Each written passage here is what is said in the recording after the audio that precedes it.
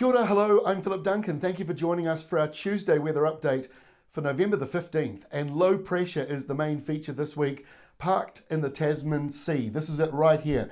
The darker shading on the animated wind map shows where low pressure is. The brighter colours show high pressure.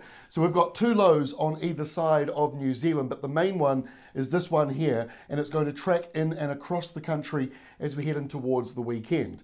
Meanwhile, there's high pressure just to the west of that low, and between the two, a cold southerly coming in across a large portion of Australia. So let me show you this on the departure from normal temperature map. Don't get too lost in all the numbers.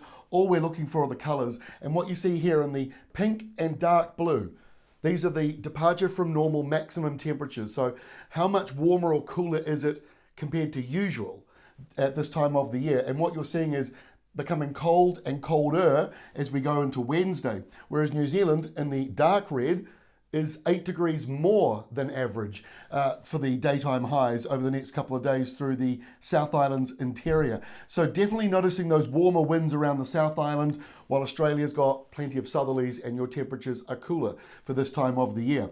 And rainfall for the next 3 days, heaviest falls inland. We're seeing more of those daytime downpours, a bit of a sign or a hint that summer is just around the corner, and the biggest totals around Mount Ruapehu in the central North Island, up to about 40 millimetres coming through for the next 3 days. Elsewhere, the rainfall totals are much lower, but those isolated downpours can sometimes double or triple your general rainfall outlook, so always be aware of that. Here's how we look as we go into Wednesday. So you can certainly still see that southerly coming in around Victoria, Tasmania and ACT. Temperatures are down for you. Over in New Zealand, we've got those afternoon downpours around the North Island through the interior, Waikato, including some parts of inland Northland as well, around the hills and ranges up there. And a couple of showers bubbling up also in the lower South Island. And remember, it will be about 8 degrees warmer than average for many places in the south on Wednesday. As we go through to Thursday, we're seeing more of those afternoon downpours in the North Island. That's what that blue shading is over the north. It's not rain for everybody. It's a sign of afternoon downpours bubbling up. Now there is that low pressure zone moving in. The other one that was up in the subtropics lying next to it.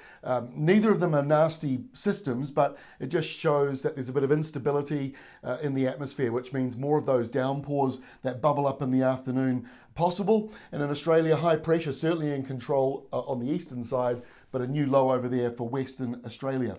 Now, as we get to the end of the week, Friday sees that low sort of stuck. It's got high pressure all the way around it like a giant crazy smiley face.